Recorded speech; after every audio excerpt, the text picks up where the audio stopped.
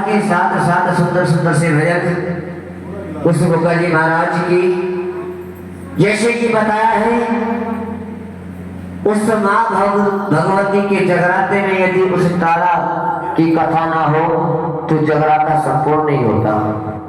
इसलिए इस गोगा जी महाराज की जब तक ये कथा जगराते में नहीं होगी, जब तक जगराता पूर्ण नहीं माना जाता। बोली सच्ची दरबार की। और चलते हैं कि बताया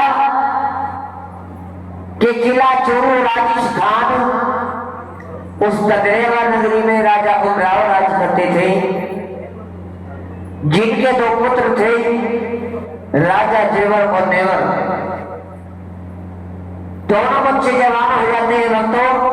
और उधर शीशा पाटन राजा कुंवरपाल सिंह की दोनों पुत्रियां पैदा जन्म ले लेती हैं और धीरे धीरे जवान हो गई। राजा कुंवरपाल सिंह अपनी दोनों पुत्रियों की शादी उस ददरेवा नगरी में कर देते हैं।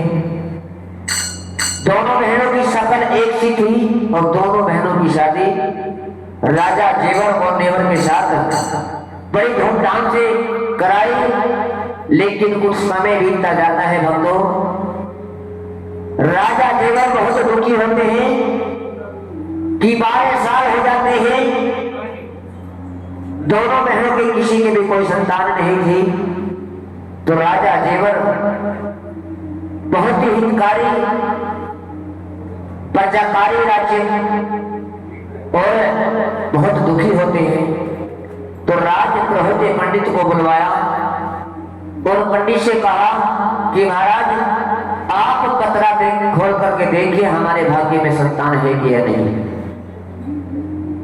तो पंडित जी आकर के पतरा खोलते हैं और कहते हैं कि महाराज आपके भाग्य में तो 7 जन्म तक भी कोई संतान नहीं है। बहुत दुखी होते हैं भक्तों।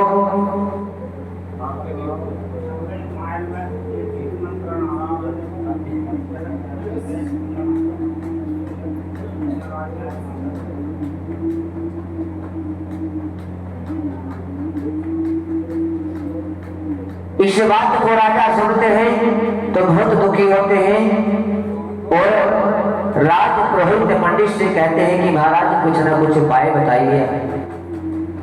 तो पंडित जी ने कहा कि राजन, यदि इस नगरी से बाहर तुम बाग लगवा दो और बाग के अंदर कुएं खुदवा दो,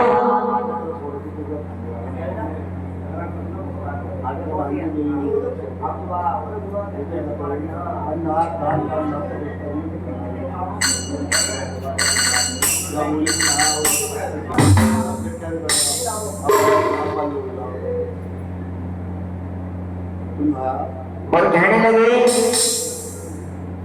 उस बाग में कुएं खुदवा दो तो हो ना हो सके कि उस बाग के अंदर आने जाने वाले राहगीर उस कुएं का पानी पिए, उस छाया में बैठे तो किसी ना किसी का जरूर आपको दुआ लगेगी। तो राजन बाग लगवाते हैं और कुएं खुदवाते हैं। और उधर राजा जेवर महलों में घूमते हैं और घूमते घूमते जब उस महल में आते हैं तो एक भंगण आ जाती है और महाराज को देखकर वो भंगण राजा को अपने मन में बहुत ही बुरा लगा। कहती है कि आज ऐसे निर्भागी राजा का हमें दर्शन हुआ है। तो किस तरह वो भंगण की बात को सुनते हैं, आइए किस तरह बताया और 4 पंक्तियों के माध्यम से कैसे बताया है।